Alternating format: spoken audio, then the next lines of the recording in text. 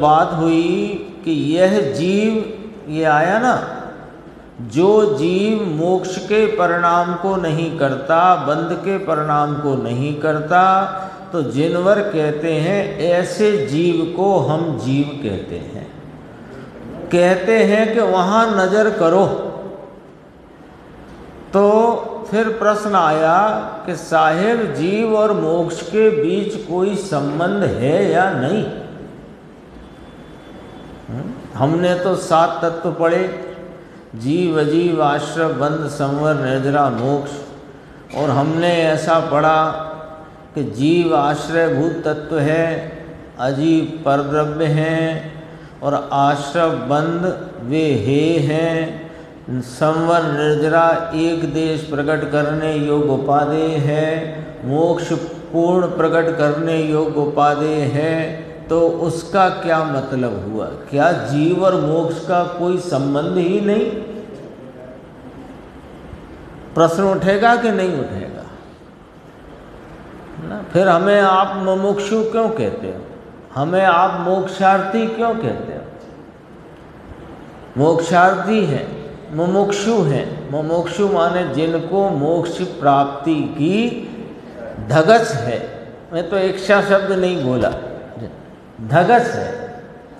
तो जिस भाव की प्राप्ति की धगस है, जिस भाव की प्राप्ति का प्रयोजन जिनेंद्र परमात्मा आचार्य भगवंत कहते हैं, तो वो भाव और जीव का कोई संबंध है कि नहीं, ये प्रश्न है।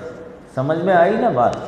प्रश्न क्या है? जीव और मोक्ष के बीच कोई संबंध है या नहीं? हम सब मुमुक्षु हैं, है ना? हम क्या, जगत का प्रत्येक जीव सुख चाहता है, तो वास्तविक सुख चाहे तो मुमुक्षु ही है।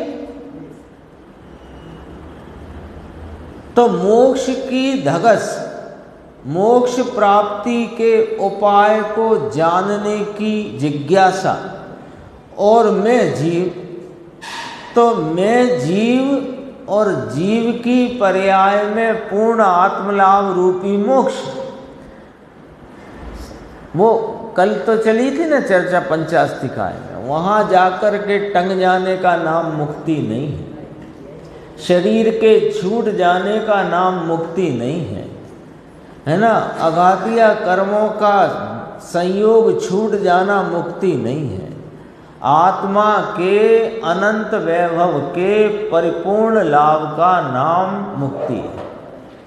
तो हम ये पूछते हैं कि ये जो जीव वस्तु है, जिसमें अनंत गुणों की बसाहट है, जिसमें अनंत गुण अपने परिपूर्ण भाव, अनंत बेहद अपरिमित स्वभाव से रहे हुए हैं, ऐसे इस जीव का और पर्याय में प्रकट होने वाले पूर्ण आत्म लाभ रूपी मोक्ष का कोई संबंध है कि नहीं है? प्रश्न गंभीर है भैया। पर निमित्तों से संबंध नहीं, अलग करो बात। उनके लक्ष्य में जो राग है वो स्वभाव रूप नहीं, अलग करो बात। पर्याय में जो हीना दिखता है वो उससे कोई संबंध नहीं, कि उसे भी अलग करो। वो तो हमारे प्रश्न की परिधि में नहीं आया। हमारी प्रश्न की परिधि में तो बात यह खड़ी हुई। देखो, प्रश्न समझ जाओगे तो बहुत उत्तर एकदम बहुत गजब का है कि जो मैं यह अनंत गुण संपन्न, अनंत गुण वैभव का पुंज जो आत्मा, इसके पर्याय में प्राप्त होने वाला परिपूर्ण आत्मलाभ का परिणाम दशा अवस्था नामक मोक्ष, उसका और मेरा कोई संबंध है या नहीं? प्रश्न ये। उत्तर, पर्याय पर्याय में है, द्रव्य द्रव्य में है। उत्तर तो हो गया भाई, पूरा हो गया। उत्तर तो पूरा हो गया। क्योंकि अभी अपन ने प्रश्न में क्या क्या बात करी थी? मोक्ष किसे कहा? कि पर्याय में अवस्था में आत्मा के पूर्ण लाभ रूप व्यक्तता का प्रकट होना वो मोक्ष है। तो मोक्ष कहाँ प्रगटा? पर्याय में। और मैं कौन हूँ कि बंध मोक्ष से रहित, जिसमें जो उत्पाद रूप परिणाम में आता नहीं, जो परिणाम के नाश में आता जाता नहीं, ऐसा वह शुद्ध जीव वह मैं हूँ। प्रश्न में ही था ये, जीव और मोक्ष ऊपर पढ़ के आए थे भाई। जो जीव मोक्ष के परिणाम को करता नहीं, बंध के परिणाम को करता नहीं, ऐसे जीव को हम जीव कहते हैं। तो जीव तो ठहरा द्रव्य मात्र, और मोक्ष प्रगटा पर्याय में। तो पूछा जब प्रश्न कि जीव और मोक्ष के बीच कोई संबंध है या नहीं, तो उत्तर दिया कि द्रव्य द्रव्य में है, पर्याय पर्याय में है। अब लगा लो संबंध, यानी कोई संबंध नहीं। देखो भाई निर्देश भाई, देखो प्रमाद छोड़ो, बहुत गजब की बात है। पर्याय पर्याय में है, द्रव्य द्रव्य में है। द्रव्य में पर्याय का अभाव है।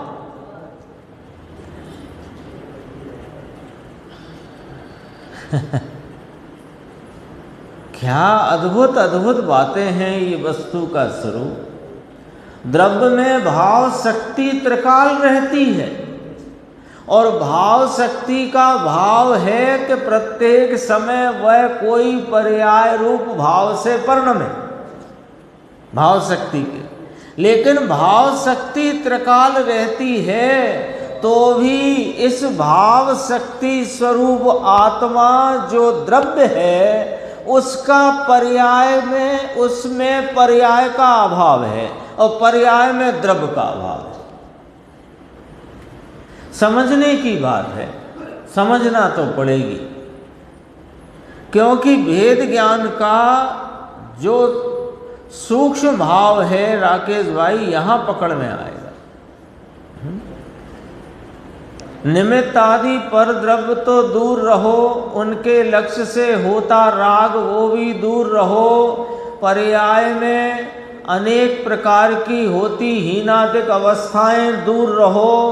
लेकिन यहाँ तो मोक्ष की बात चलती है भाई साहब। मोक्ष यानी पर्याय में परिपूर्ण दशा का प्रकट होना। तो उत्तर आ गया कि पर्याय पर्याय में है, द्रव्य द्रव्य में है, द्रव्य में पर्याय का अभाव है। तो द्रव्य और पर्याय में अभाव संबंध है। लो, कौन सा संबंध है? अभाव संबंध है। अभाव संबंध माने क्या होता है? उस भाव रूप नहीं होने का संबंध।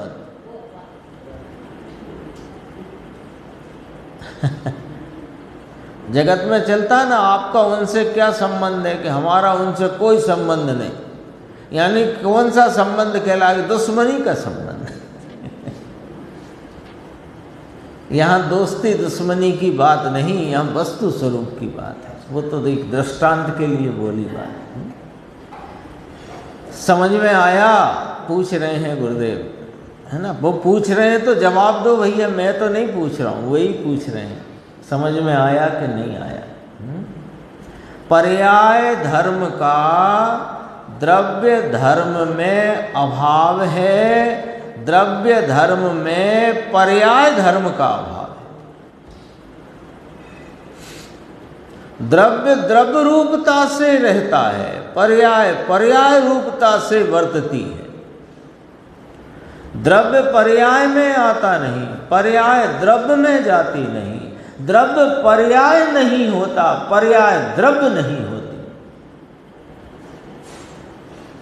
इसीलिए कहा धीरज से समझने की बात है। जिस जिनागम में यह बात भी कही गई हो कि पर्याय बिना का द्रव्य नहीं होता और द्रव्य बिना पर्याय नहीं होती, उसी जिनागम में यह बात है कि पर्याय पर्याय में है, द्रव्य द्रव्य में है, द्रव्य में पर्याय का अभाव है, ऐसा संबंध है।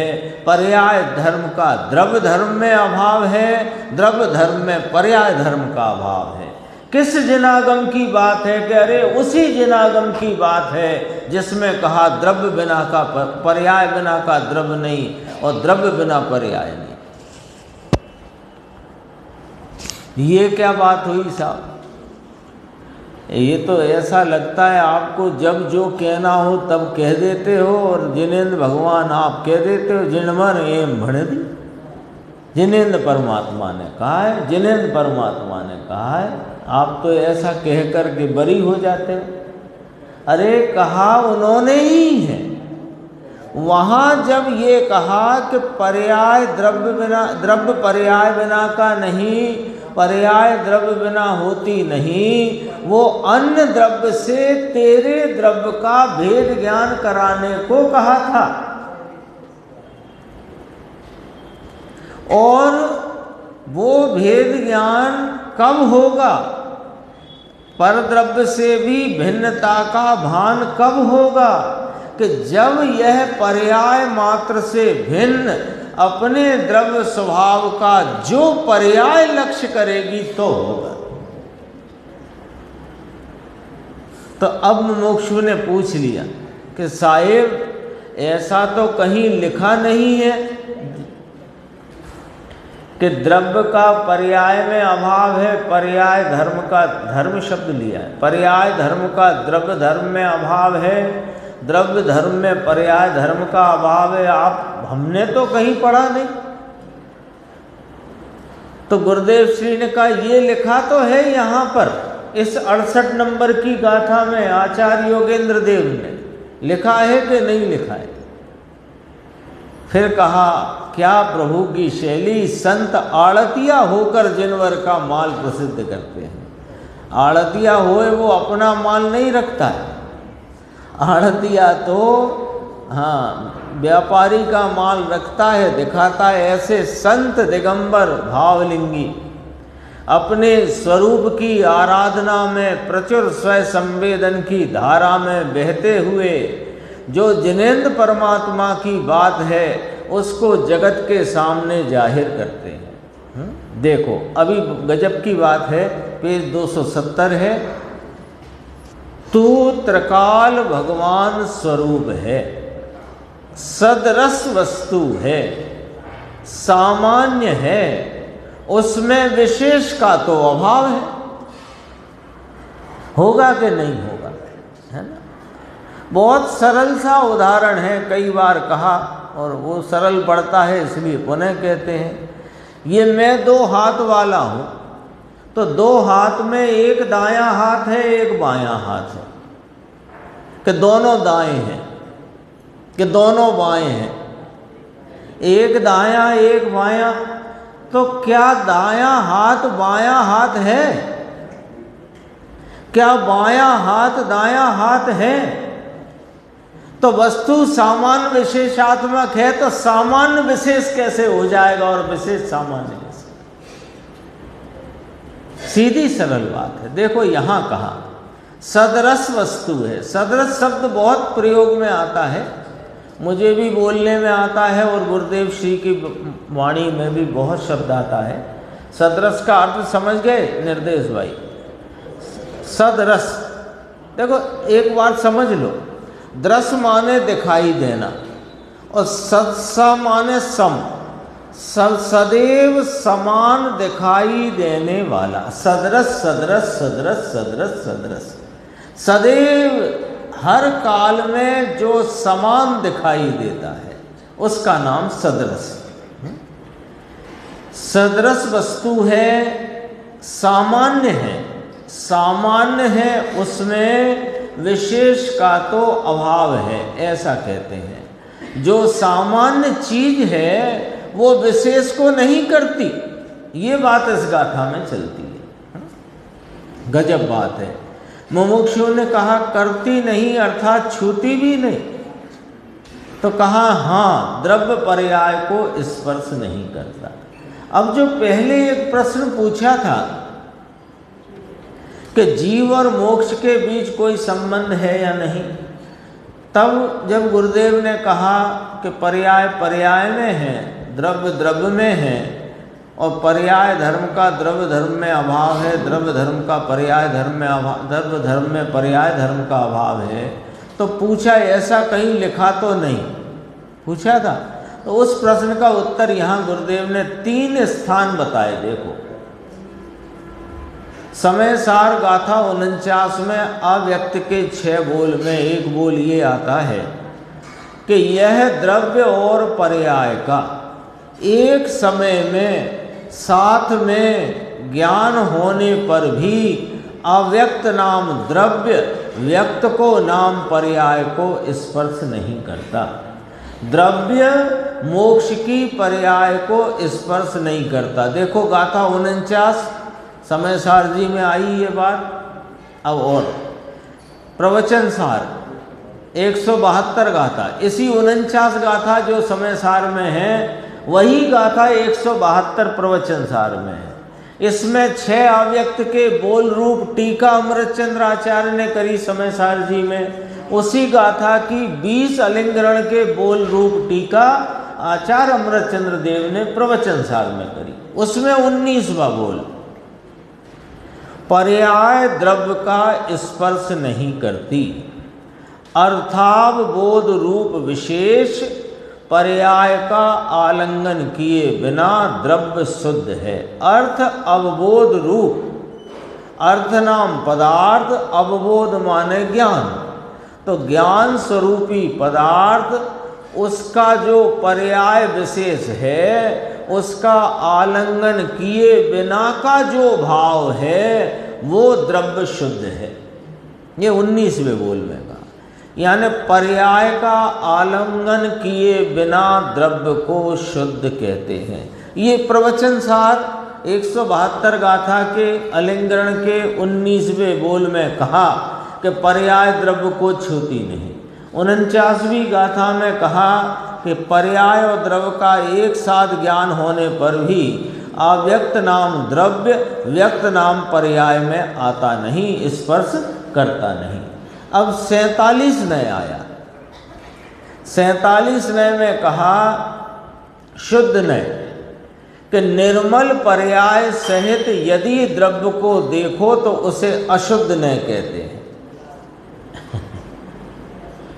निर्मल पर्याय, जैसे उसमें 47वें नय में अशुद्ध ने कहा कि मिट्टी को राम पात्र घड़ा झारी आदि रूप से देखना जानना कहना ये अशुद्ध नय है, और मिट्टी को मिट्टी रूप जानना देखना कहना ये शुद्ध नय है। 47 नय प्रवचन सार जी में परिशिष्ट। तो एक स्थान पर ये वाली बात कही, और एक नियम सार गाथा 38 शुद्ध भाव अधिकार, वहाँ भी ये बात कही कि यह परम पारिणामिक भाव स्वरूप यह आत्मा 4 भावों से अगोचर है, यानी ये 4 भावों में आता नहीं। फिर देखो नीचे एक चर्चा है। फिर प्रश्न किया, साहिब दोनों के बीच अत्यंत अभाव है, द्रव्य और पर्याय के बीच, द्रव्य और पर्याय के बीच साहिब क्या अत्यंत अभाव है? कि हाँ अत्यंत अभाव है, लेकिन ये 4 भाव जो आते हैं ना, प्राग भाव, प्रत्यंसा भाव, अन्योन्य भाव, अत्यंत भाव, वो वाला अभाव नहीं लेना यहाँ पर। ये अध्यात्म का अभाव है। वो तो बेप्राग भाव, प्रध्यंसा भाव, अन्योन्य भाव तो द्रव्य की पर्यायों के आधार पर अभाव घटित किए। प्राग भाव, प्रध्यंसा भाव, अन्योन्य भाव आदि वे तो पर्याय के ऊपर से ही घटित किए। यहाँ तो पर्याय और द्रव्य में अभाव है, बात तो यहाँ ये चलती है।